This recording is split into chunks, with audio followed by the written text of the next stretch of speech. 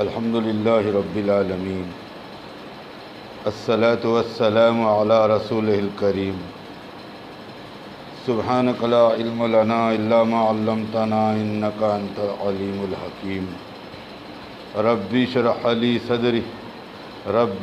لی صدری ویسر لی امری واحلل عقدۃ من لسانی یفقہوا قولی۔ بھائی دوستو بزرگو، اللہ رب العزت نے ایک ایک ایمان والے کو بہت قیمتی بنایا ہے۔ اللہ تعالیٰ اپنے بندوں پہ بہت شفیق اور مہربان ہے۔ اللہ تعالیٰ نے اپنے بندوں کے بارے میں بے شمار احکامات کو نازل کیا ہے۔ بھائی دوستو بزرگو، ساری کے ساری انسانیت کے بارے میں بلکہ ساری مخلوق کے بارے میں اللہ تعالیٰ نے یہ کہا الخلق عیال اللہ، کہ جتنی مخلوقات ہے یہ سب اللہ کی عیال ہے۔ یہ زمین پر جو کیڑے مکوڑے رینگتے ہیں اور ہواؤں میں جو پرندے اڑتے ہیں اور کھیتوں کھلیانوں میں جو چرندے چرتے ہیں اور جنگلوں میں چرندے رہتے ہیں، یہ سب اللہ کی عیال ہیں، جانور ہیں، اور اسی طرح انسان ہیں۔ سب کو اللہ نے یہ کہا کہ الخلق عیال اللہ، کہ ساری کے ساری مخلوق یہ اللہ کی عیال ہے۔ اور تم میں سب سے بہتر وہ ہے جو اللہ کی عیال کے بارے میں ان کے حقوق کا خیال رکھے۔ جب جانوروں کے حقوق بیان فرمائے تو انسانوں کے حقوق کتنے ہوں گے، اور جب انسانوں کے حقوق بیان فرمائے تو مسلمانوں کے حقوق کتنے ہوں گے؟ ایک ایک۔ اس طرح مسلمانوں کے حقوق کو ارشاد فرمایا۔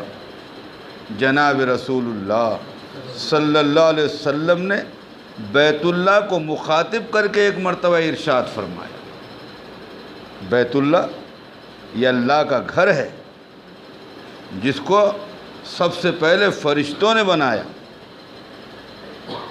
اللہ تبارک و تعالیٰ کی 120 رحمتیں بیت اللہ پہ ہمیشہ نازل ہوتی رہتی ہیں۔ ایسا گھر ہی اللہ کا جہاں سارے ایمان والے طواف کرتے ہیں۔ اس بیت اللہ کے تعلق سے جناب رسول اللہ صلی اللہ علیہ وسلم نے ارشاد فرمایا، اے بیت اللہ تو مبارک ہے، تو مقدس ہے، تیرا احترام لازم ہے، تیرا احترام واجب ہے، لیکن ایک مسلمان کی جان اور ایک مسلمان کا مال مجھے تجھ سے بھی زیادہ عزیز ہے۔ ایک مسلمان کی قیمت ارشاد فرمائی۔ کیا قیمت ہے مسلمانوں کی؟ کہ دنیا میں جتنے احوال آ رہے ہیں، یہ خوشی کے ہوں کہ غمی کے، فراخی کے ہوں کہ تنگ دستی کے، صحت کے ہوں کہ بیماری کے، انتشار کے ہوں کہ اتحاد کے، چھوٹے ہوں کہ بڑے ہوں، یہ سب پر مسلمانوں کے اپنے اثرات ہیں، اعمال کے۔ عمل کے اثرات ہوتے ہیں، اور کس کے عمل کے؟ مسلمانوں کے اعمال کے۔ دنیا میں ایمان والوں کے علاوہ سارے کے سارے اللہ کے ایسے نافرمان ہو جائیں کہ ذرہ برابر کوئی نافرمانی نہ کرے تو اس سے دنیا کے احوال نہ بنتے نہ بگڑتے، لیکن ایمان والوں کے احوال بگڑ گئے تو دنیا کے احوال بگڑ جاتے، ایمان والوں کے احوال بن گئے دنیا کے احوال بن جاتے۔ مسلمان اس بات کو سمجھنے کے لیے تیار ہی نہیں ہے کہ اس کے دم سے سب کچھ ہو رہا ہے۔ اگر یہ بے ایمانوں کو خبر ہو جائے نا کہ مسلمانوں کے مسجدوں کے ویران کرنے تباہیاں آ رہی ہے اور مسلمانوں کے گناہوں میں پڑنے کی وجہ سے بے برکتیاں آ رہی ہے، تو یہ لوگ ہم سے اس بارے میں جھگڑے کریں کہ تم مسجدوں کو آباد کرو اور تم عمل کی پابندی کرو۔ کیسے اثرات پڑتے ہیں؟ عمل کا تو حساب بعد میں، عمل کی بات تو بعد میں، مسلمانوں کے تو نیتوں کے اثرات پڑتے ہیں۔ کس کے اندر کیا پک رہا ہے؟ کھچڑی۔ اللہ تعالیٰ نے کہا حُصِّلَ مَا فِی الصُّدُورِ، میں تو تمہارے دلوں میں پکنے والی کھچڑی اور تمہارے دلوں میں پنپنے والے خیالات کو بھی جانتا ہوں۔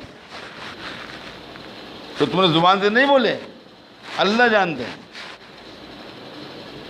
ایک مرتبہ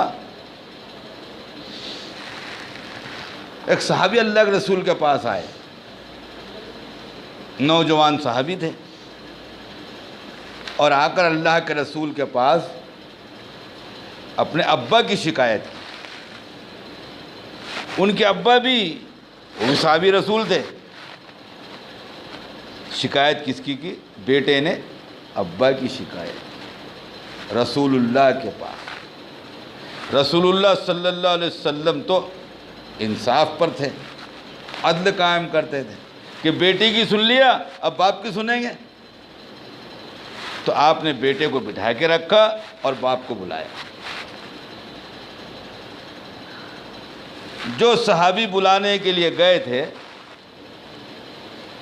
انہوں نے کہہ دیا کہ آپ کو بلایا ہے اس لیے کہ آپ کے بیٹے نے آپ کی شکایت کی، وہی کہہ دیا۔ تو ابا تو تڑپ گئے اور ایسے تڑپے کہ دل ٹوٹ گیا۔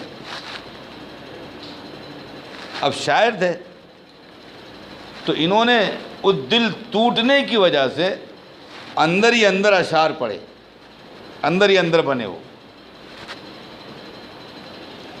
حضرت جبرائیل کو اللہ تعالیٰ نے نبی علیہ السلام کے پاس بھیجا کہ ابھی تمہارے پاس میں وہ آ رہے ہیں، ابا کو آپ نے بلایا، وہ آ رہے ہیں، لیکن آپ ان سے بات بعد میں شروع کرنا، پہلے یہ کہنا ہے کہ وہ اشعار جو آپ نے ابھی سوچے ہیں، ابھی کہے نہیں سوچے ہیں، وہ سناؤ۔ جب وہ صحابی آئے تو نبی علیہ السلام نے کہا کہ میں تمہارا معاملہ تو بعد میں کروں گا، پہلے آپ وہ اشعار جو آپ نے سوچے ہیں وہ سناؤ۔ تو کہنے لگے میرے ماں باپ آپ پر قربان، وہ تو ابھی میرے زبان سے ادا بھی نہیں ہوئے اور آپ کو خبر ہو گئی، آپ کو خبر ہو گئی۔ کہا کہ ہاں میرے اللہ نے مجھے خبر کر دی۔ تو میں کیا کہہ رہا تھا، یہ اللہ اندر جو ہو رہا ہے اس کو بھی جانتے ہیں، اندر کی پکنے والی کھچڑی، اندر کے بننے والے خیالات، اندر کے بننے والی باتیں جو اپنے زبان سے ادا نہیں ہوئی اس کو بھی اللہ جانتے ہیں۔ اب انہوں نے جو اشعار پڑھے تھے وہ بھی بڑے کام کے ہیں، حال وہ بھی سن لو، بڑے کام میں آئیں گے وہ۔ انہوں نے جو اشعار پڑھے تھے اور نبی علیہ السلام نے فیصلہ جو دیا تھا، انہوں نے یہ اشعار کہے، اس کا ترجمہ اردو میں کہ میرے بیٹے جب تو چھوٹا سا تھا تجھے کتا بلی لے جا سکتا تھا، ہم نے اپنے سینے سے لگا کے تجھے پروان چڑھایا۔ تو رات میں پیشاب کرتا تھا تو گیلے پر ہم سوتے تھے اور تجھے سوکھے پہ سلاتے۔ تو رات میں بے چین ہو جاتا تھا، ہم تڑپ جاتے تھے۔ تیری تکلیف میں ہم نے رات رات بھر آنکھوں میں گزاری ہے، اور تیرے نئی سونے کی وجہ سے کاندھوں پر لے کے رات رات بھر ٹہلے۔ میرے بیٹے، ہم نے تجھے پروان چڑھایا یہاں تک کہ دھیرے دھیرے تو نوجوان ہونے لگا، اور دھیرے دھیرے ہم بڑھاپے تک پہنچنے لگے۔ میرے بیٹے، اب جب کہ تو قوی اور جوان ہو گیا اور ہم بوڑھے اور بے سہارا ہو گئے، تو تو نے آ کے نبی علیہ السلام سے شکایت کر دی۔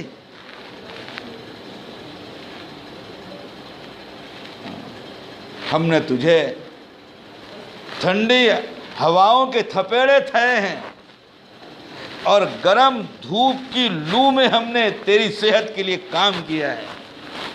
ہم نے اپنی جوانی کو پگھلایا ہے تجھے جوان کرنے کے لیے، اور اس امید پر کہ جب ہم ضعیف ہوں گے اور تو جوان ہوگا تو ہمارے بڑھاپے کا سہارا بنے گا۔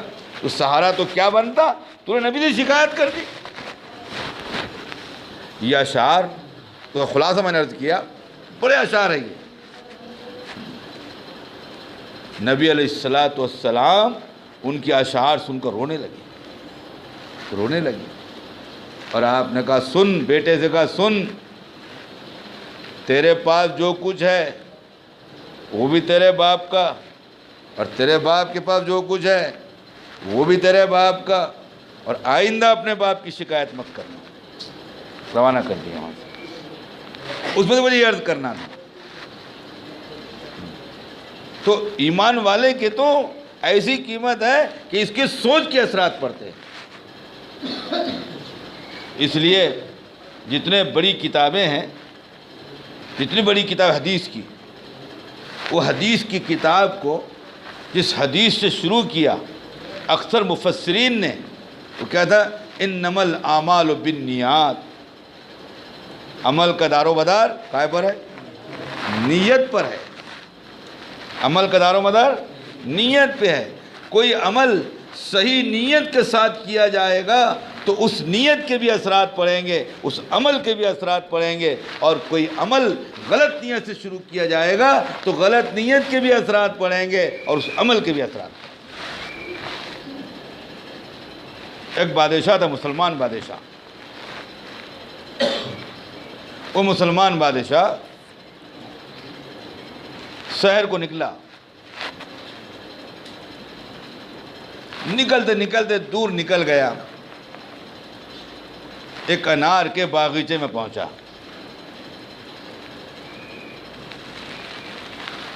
انار کے باغیچے میں انار لگے ہوئے تھے۔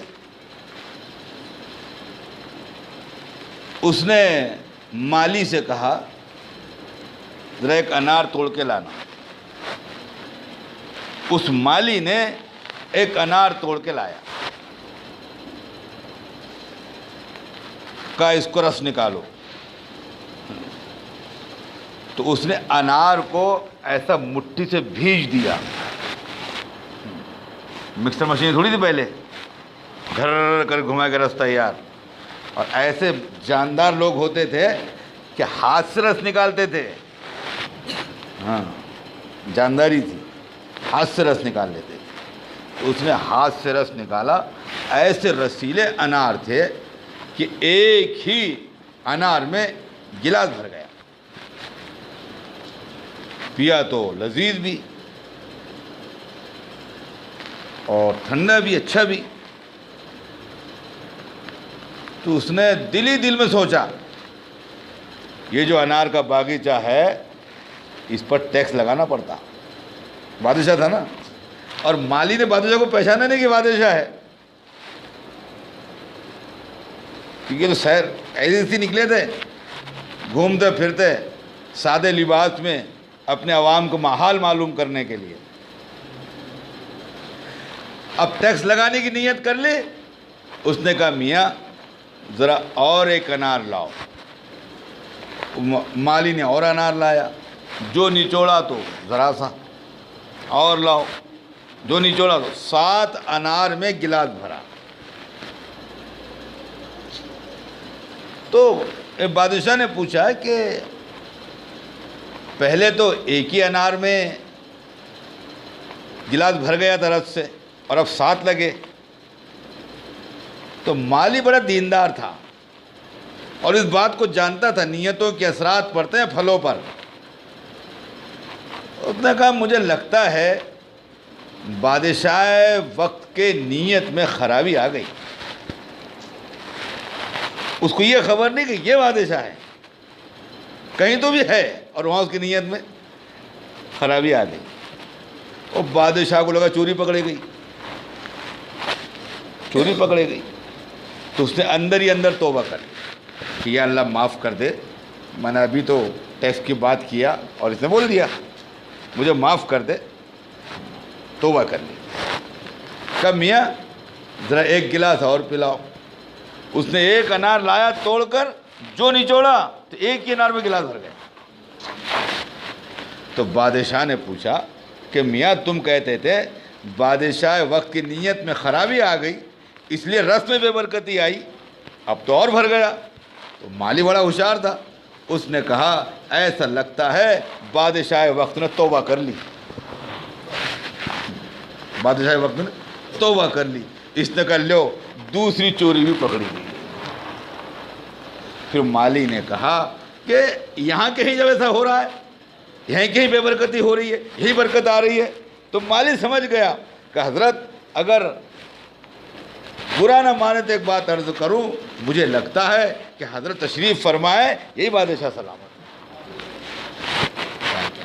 ہے۔ دے گا تو مسلمان کو اتنا قیمتی بنایا کہ اس کے نیت کے اثرات پڑتے ہیں کہ مارکیٹ میں چیزیں کیوں مہنگی ہو گئی؟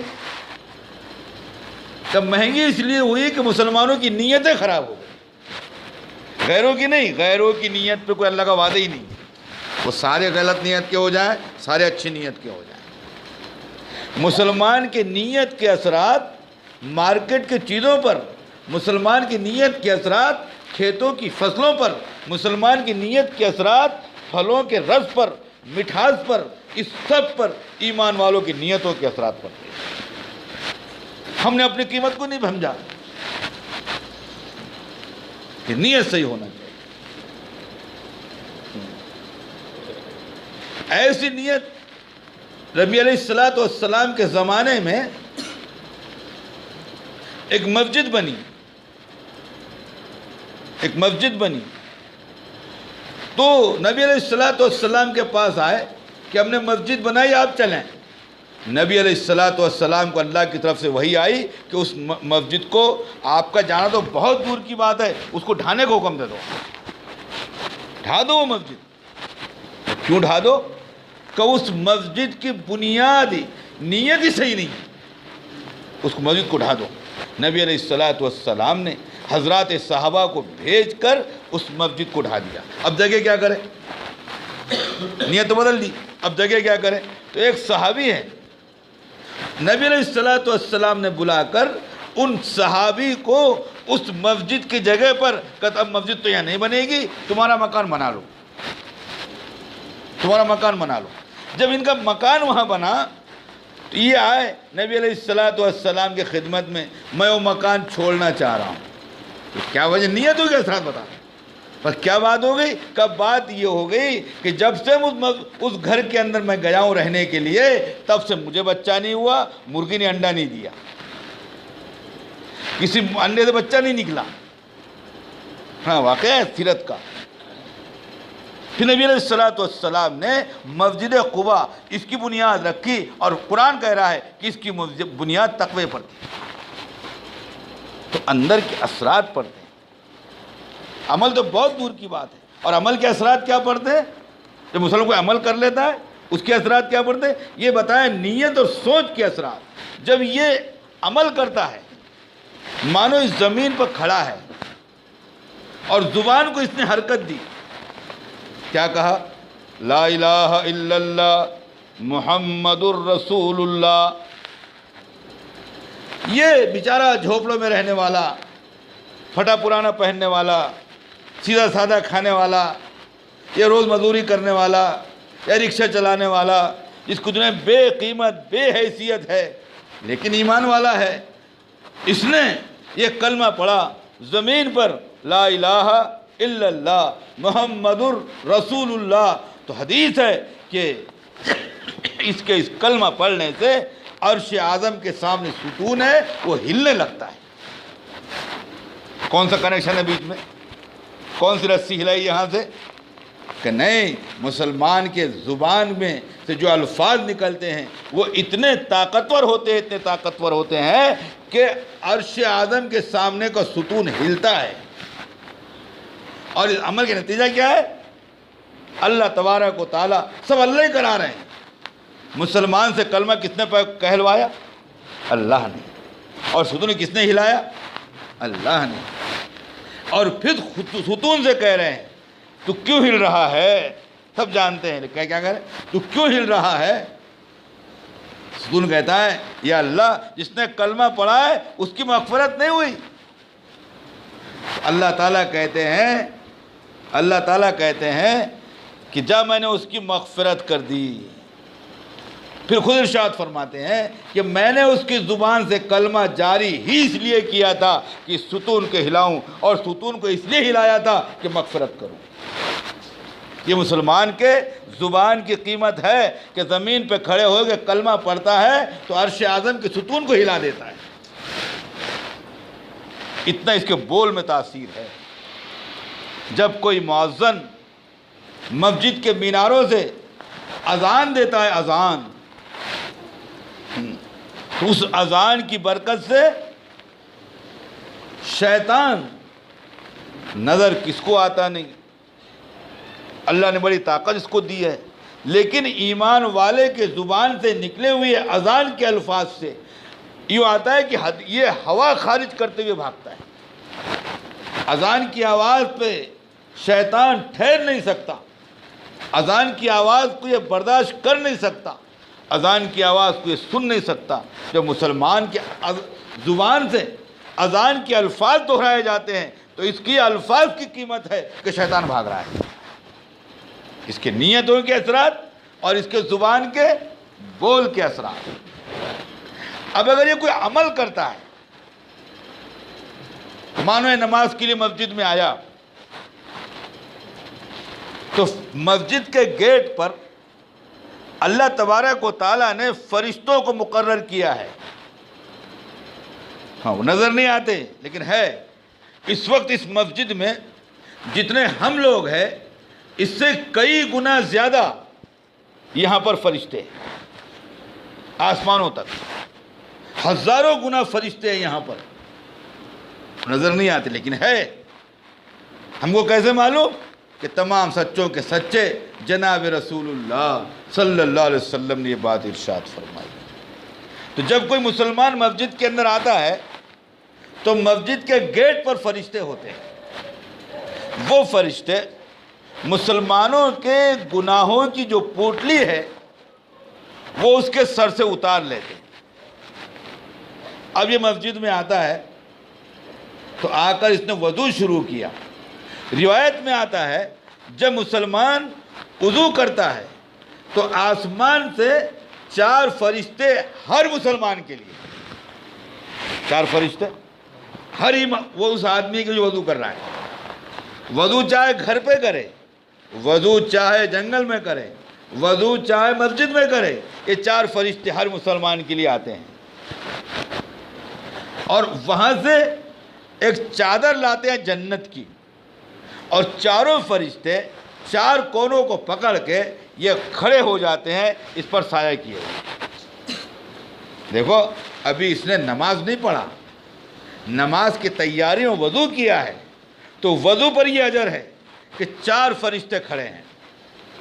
اس کو معلوم ہی نہیں کہ میں جنت کی چادر کے سائے میں وضو کر رہا ہوں، اور فرشتے اللہ کی طرف سے بھیجے گئے میرے اکرام میں۔ اب وضو کرتے کرتے اس نے ایک بات کی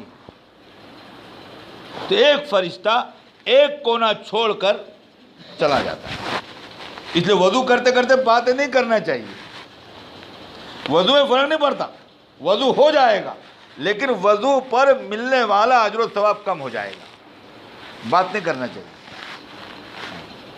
تو ایک فرشتے نے کونا چھوڑا اور چلا گیا. اب 3 فرشتے ہیں. اس نے دوسری بات کیا, دوسرے نے دوسرا کونا چھوڑا, چلا گیا. اس نے تیسری بات کیا, اس نے تیسرا کونا چھوڑا, چلا گیا. اس نے چوتھی بات کیا, اس نے چادر کو لپیٹا اور ساتھ میں وہ جو اللہ کی طرف سے اکرام ہو رہا تھا وہ ختم, وضو ہو گیا. اب یہ مسجد کے اندر آیا. روایت میں آتا ہے جب مسجد کے اندر آنے کے بعد یہ کہتا ہے اشہد ان لا الہ الا اللہ واشہد ان محمدًا عبدہ ورسولہ, یہ کہا تو کیا ہے روایت, ایک تو کلمے کی انگلی بلند کر کے یہ کہا اشہد ان لا الہ الا اللہ اشہد ان محمدًا عبدہ ورسولہ, تو جنت کے 8 دروازے کھل جاتے ہیں. کتنا بڑا اجر و ثواب. اب یہ مسجد میں جا رہا ہے تو مسجد کے شرعی حد جہاں سے مسجد شروع ہوتی ہے وہاں جا کے یہ کہتا ہے اللہم افتح لی ابواب رحمتک, رحمت کے دروازوں کو اللہ کھول دے. اب یہ جا کر نماز کی نیت باندھتا ہے. جیسے ہی نماز کی نیت باندھا ویسے ہی اس کا کنیکشن اللہ کے خزانے سے جڑ گیا. مثال بس بات ختم کریں گے. کیسا جڑا خزانے سے؟ یہ الیکٹرک کی پن ہے نا, یہ الیکٹرک کی جو پن ہے یہ اس میں کرنٹ ہے. ہم ادھر سے وائر ڈالتے اس میں تو وائر میں بھی کیا ہو جاتا, کرنٹ آ جاتا. ویسا وائر بے قیمت تھا, بے کرنٹ تھا, لیکن جیسے پن میں ڈالے وائر میں کرنٹ آ گیا. جیسے وائر میں کرنٹ آیا تو وائر بھی طاقتور ہو گیا, ہے نا, ہے کہ نہیں؟ کیوں کہ اس کے وائر پن میں جا چکے. جو نماز کی نیت باندھ کے کھڑا ہوتا ہے گویا اس نے اللہ کے پن میں اپنے وائر ڈال دیے, یہ بھی طاقتور ہو گیا. پھر اللہ سے باتیں کرتا ہے, یہ علم شریف پڑھتا ہے, یہ رکوع کرتا ہے, یہ سجدے کرتا ہے. ہر نماز کے ہر رکن پر اللہ کا کیا اکرام ہے, ایک تفصیل کی بات ہے. میں عرض کر رہا تھا کہ یہ مسلمان کے عمل کی وجہ سے اللہ کا اکرام ہے. پھر جب یہ واپس نکلتا ہے تو فرشتے گناہوں کی پوٹلی لے کر کھڑے ہوئے ہیں, وہ واپس دینا چاہتے ہیں. اللہ تعالیٰ کہتے ہیں میرے بندے نے ابھی میرے سامنے میری تعریف بیان کی, مجھے شرم آتی ہے اس کے گناہوں کو واپس لوٹا دی. اس کے گناہوں کو, اس حدیث میں آتا ہے کہ ایک نماز کے بعد دوسرے نماز تک جتنے گناہ ہوتے ہیں اللہ اس نماز کی برکت سے معاف کر دیتے ہیں. معافی یہ ہے, عمل کر لیا. ایک ایک عمل پر مسلمانوں کے اللہ تبارک و تعالیٰ کے ایسے وعدے. تو اللہ مسلمانوں کے نیتوں کے اثرات, مسلمان کے زبان کے بول کے اثرات اور مسلمان کے عمل کے اثرات. اس لیے کہتے ہیں ہم سارے کے سارے اللہ کا فضل ہے, اللہ کا احسان ہے. ہم سب ایمان والے ہیں, ہم سب مسلمان ہیں. ہماری ذمہ داری ہے اللہ کی مانیں, اللہ کے رسول کی مانیں, پاک اور صاف رہیں, 5 وقت کی نمازوں کا اہتمام کریں. یہ دین زندگی کے اندر آئے, اس کے لیے اللہ تبارک و تعالیٰ نے دعوت کی مبارک محنت کو دنیا کے اندر چلایا ہے. اسی نسبت سے ابھی منگرول پیر میں 19-20 مارچ کو اجتماع ہو رہا ہے پورے ضلع کا. اس اجتماع کی محنت کیا ہے؟ اجتماع ہو رہا ہے دین زندہ کرنے کے لیے, اعمال زندہ کرنے کے لیے. اجتماع کی محنت کیا ہے؟ ہر گھر سے ایک آدمی اللہ کے راستے میں 4 مہینے کا جائے. اجتماع سے پہلے 3 روز سب کے لگ جائیں. اجتماع سے پہلے ہر گھر میں تعلیم زندہ ہو جائے, قرآن کی تلاوت زندہ ہو جائے, اللہ کا نام ذکر زندہ ہو جائے, نبی پہ درود زندہ ہو جائے, استغفار زندہ ہو جائے. ہر گھر میں یہ اعمال زندہ ہو جائے. مکتب میں بچے پڑھنے والے بنے کہ بچوں کا تعلق مکتب سے اور مردوں کا تعلق دعوت کے کام سے, مسجد و جماعت سے, اور مستورات کا تعلق گھروں کی تعلیم سے. ہر ایک کے اندر دین آئے, اس کے یہ شعبے ہیں الگ. اس کی فکر کریں اور اجتماع سے کہ ایک آدمی ہر گھر سے 4 مہینے. اور جہاں تک شرکت کا معاملہ ہے کہ جمعے کی نماز سے یعنی 18 مارچ کی جمعہ ہے، جمعے کی نماز سے 20 مارچ کے عشاء تک اتوار ہے، ہم پورے کے پورے سب کے سب مل کے وہاں رہیں کریں گے انشاءاللہ. اللہ تعالیٰ عمل کی توفیق عطا. کہاں پر